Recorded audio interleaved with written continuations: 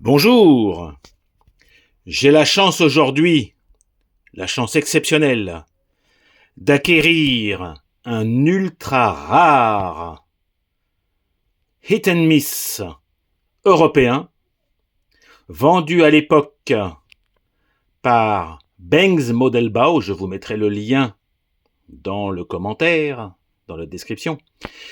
Cette machine énorme qui pèse avec son socle plus de 5 kg, mesure à elle toute seule plus de 24 cm. C'est un monstre.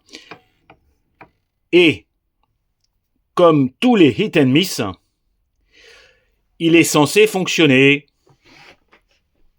Et, comme tous les hit and miss, il est super difficile à démarrer.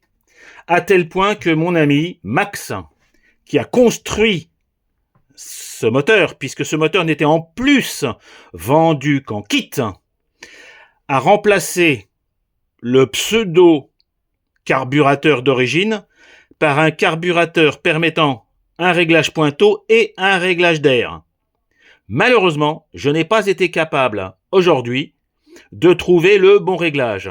Le principe reste toujours le même, vous le connaissez sur les hit and miss, les maslots cachés derrière la machine écartent par leurs petites pattes une pièce mobile métallique qui bloque en position ouverte la soupape d'échappement, empêchant la compression de se faire à partir d'un certain régime, ce qui fait que ces moteurs n'avaient pas de carburateur réglable. Vous régliez le carburateur une fois pour toutes, et en charge, comme il accélérait avec les maslots, alors vous avez ici la masse, la roue sur laquelle on mettait une sangle, mais les maslots et ces masses ici faisaient que, en charge, la machine marchait en permanence, mais lorsqu'on était à vide, eh bien, la machine ratait, entre guillemets, ses explosions, d'où le nom de hit and miss.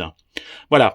Autre petit point super sympa, vous avez un tank à gaz, vous le voyez, un réservoir d'essence, et Max s'est amusé à faire un petit vitrage pour qu'on puisse voir le carburant. Donc, cette présentation statique de la machine, pour juste servir de teaser aux prochains exercices que je dois faire, je dois notamment trouver un système pour lancer la machine, parce que on arrive à la faire pétouiller lorsqu'on la lance à la perceuse. Le problème, c'est que lorsque la perceuse et que la machine fonctionnent ensemble, quand j'arrête la perceuse, comme je n'ai rien aujourd'hui prévu pour, la perceuse s'arrête, le moteur s'arrête aussi. Donc je vais travailler sur ce petit montage à fabriquer pour nous permettre de faire une démonstration de hit et de miss.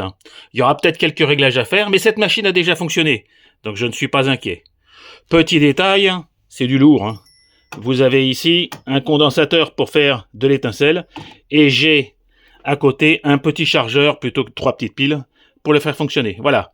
Donc, comme vous le voyez, très gros bébé, avec des roues qui dépassent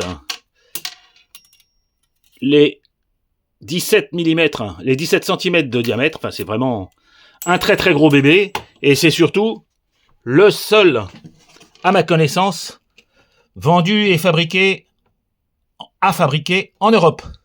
Donc, encore une fois, merci Max. Il n'y a plus qu'à le faire fonctionner. Au revoir les amis.